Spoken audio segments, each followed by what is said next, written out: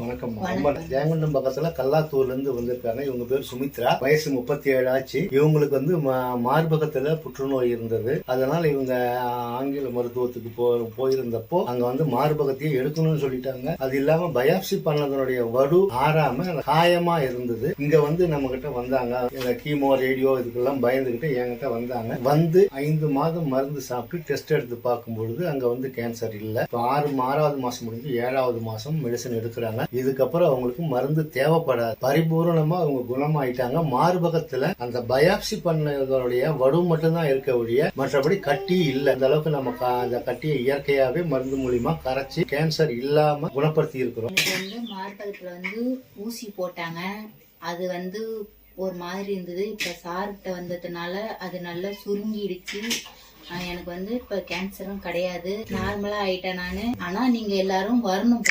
உங்களுக்கு இந்த மாரி இருந்துச்சுன்னா நீங்க வாங்க. ஐயா நல்லபடியா பார்த்து காப்பாத்துவாங்க நம்மள.